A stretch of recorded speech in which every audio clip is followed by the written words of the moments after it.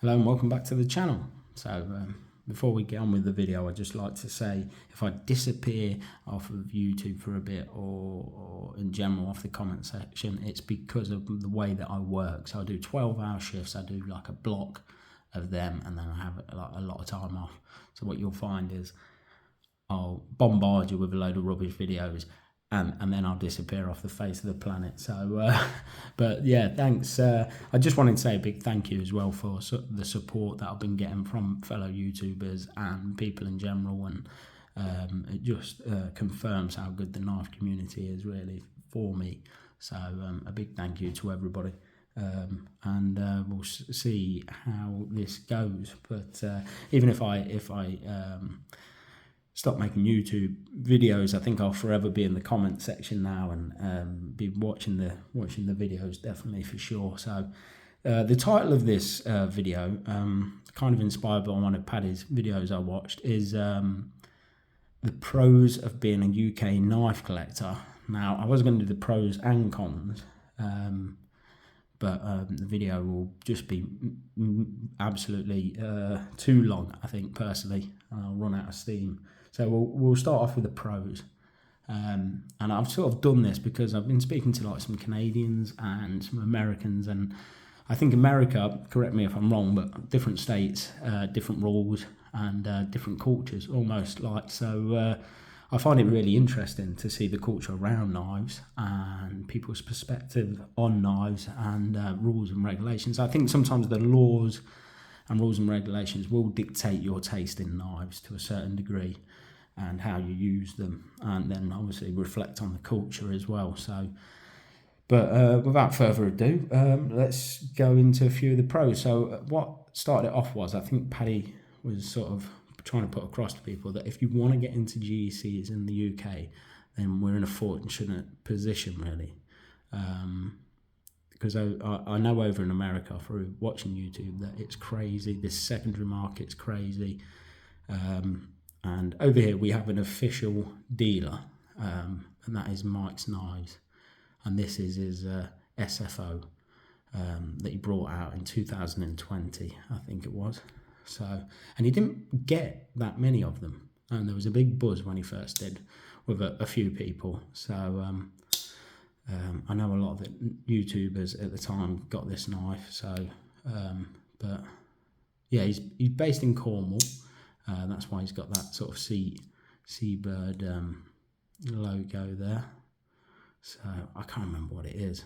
I always remember, I think it was on Slick Slicer's channel. He mentioned what it was. I don't think even Mike did when I spoke to him last time. But anyway, it's your usual GEC Perfection. It's the 88 pattern. Is it 88 pattern? 62. Why did I say 88? Sorry, you know why I said 88, Paddy. I've just bought one off of. I've just bought an 88 off Paddy, but I'm just getting into GECs. I've had this for since it came out, really. But yeah, I've only recently started getting into GECs and only got a few. So, but yeah, beautiful knife. And check out Mike's Knives, because he's got a lot and he's had a lot there for a while now. So and the secondary market is brilliant as well for GECs. So that's definitely a pro for us. So but yeah, so also Bokers. So in America, I know they go for a great deal more than what we get them for. Now I understand obviously there's shipping and things like that.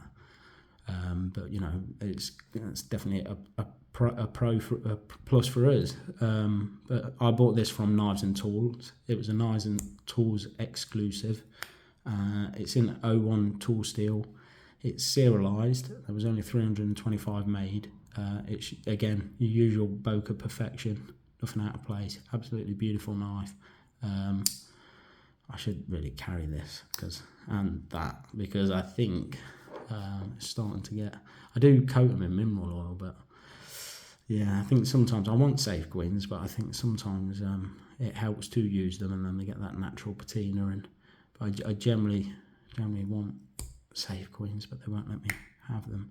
But yeah, anyway, so again, getting off subject there, but yeah, so I picked this up. This was, like I say, 325 made, Nice Tools exclusive, and they couldn't sell them. They had them on the site for ages. They were a bit out of my price range at the time, but then they put them in a sale, and I got this for under £50.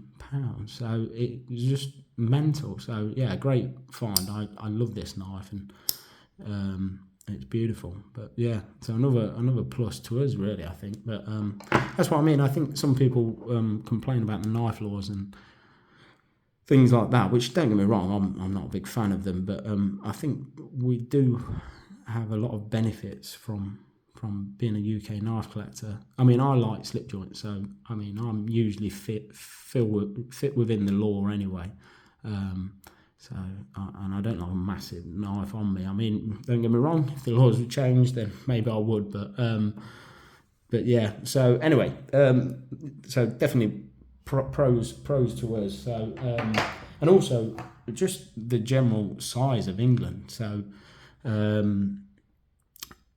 mean, I'm fortunate. I live in the Midlands, so I'm sort of bang in the middle. But Sheffield's like an hour or so away from me. So if I wanted to make a pilgrimage, I just, get in the car. And we went to the coast recently on a little family holiday, and I was taking the kids to the beach one day, and I was talking to Dan from Bladebridge, who actually modifies Victorian axes, and he's got a little workshop like 15 minutes from where we was going. So I was like, oh yeah, I'll stop in and say hello.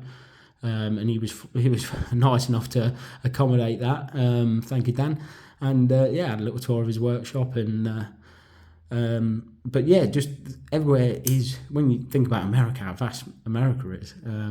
Everywhere is really, really sort of close to us, so we can check it out. But also, sort of, obviously being Sheffield, we've got a few companies that make knives, but there was obviously a great deal a while ago as well, and a lot of them are still floating around at a really good price. So I actually collect Sheffield knives from companies that are no longer here or manufacturing anymore. So I was thinking about doing a video actually of just all of them, and for a really reasonable price. So like Rough Rider money sort of thing. So, and we've got to be grateful for that. But yeah, so this is Joseph Westby, and actually the company they made it for, I looked that up, and that's gone out of business as well. So, but a lovely little penknife, sort of fifth. I mean, it's old, but it's still sharp and still usable. And I'm trying to work out if this is like a fake muffler pearl. It's just got such a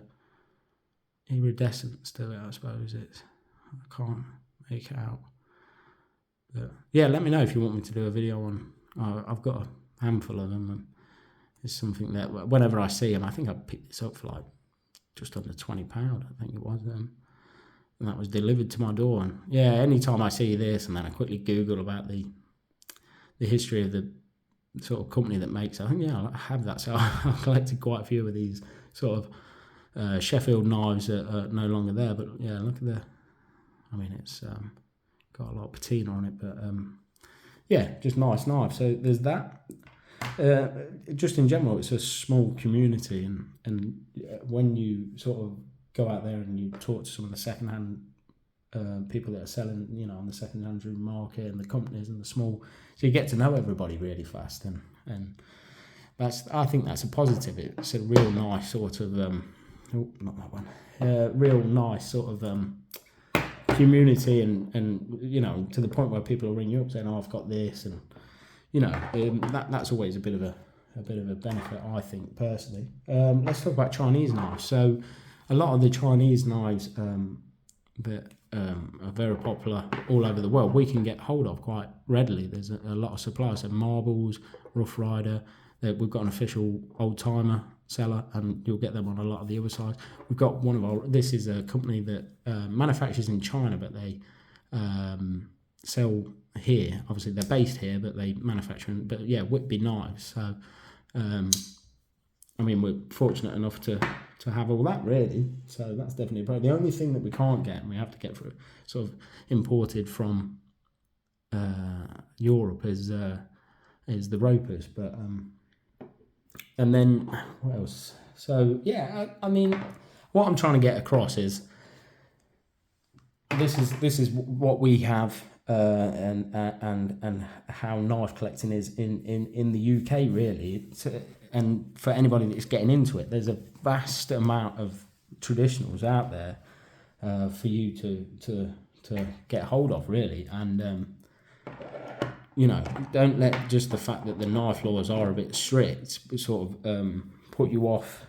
We've got a lot of things at our fingertips really. So and we've got a lot of official distributors based in the UK. So Book, they've got I think it's in London, but they've got a store and it's official. You know, everything's Book, and we've got a lot of that really in this country. So yeah, I don't know if this was a good video or not. I just want to give you our perspective, but culture-wise, that's probably where we've got a lot of cons really. So if you get a knife out in this country, it is really frowned upon, which is unfortunate really, because I have this romantic image in my head of how it probably is over in America, where I've heard, I think it might have even been Tom from Knife Delight said, like when he was younger, his dad used to say, you know, want him to carry a pocket knife, and you know that we probably missed all that, and I want to bring that back personally. I know my son always knows I carry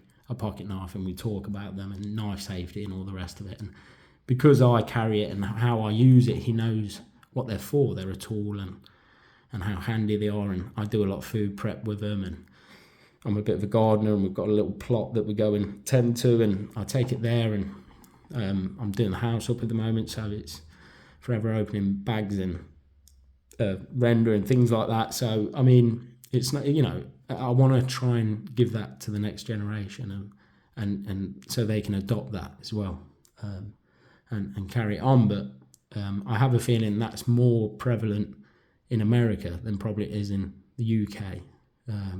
Like I say, you don't find many people carrying in the UK anymore, which is a shame in my eyes. But I know in different states of America, it's a very generalised comment. I suppose in certain states in America, it's very different. But I'm going to do a bit of a book episode, I think, or video.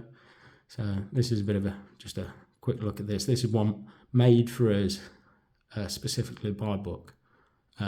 It's a slip joint. I'll just give you a quick show, and then but nice find. Unfortunately, they don't make it anymore, but I think there's a few places that still stock it, and I love this slip joint Book. So yeah. So yeah, bit of a rant, bit of a ramble, probably a bit of a boring one for you, but I just wanted to give you our perspective of a UK knife collector. Thanks if you made it this far and you watched. Cheers, thanks a lot. Please like and subscribe. I'll see you on the next one.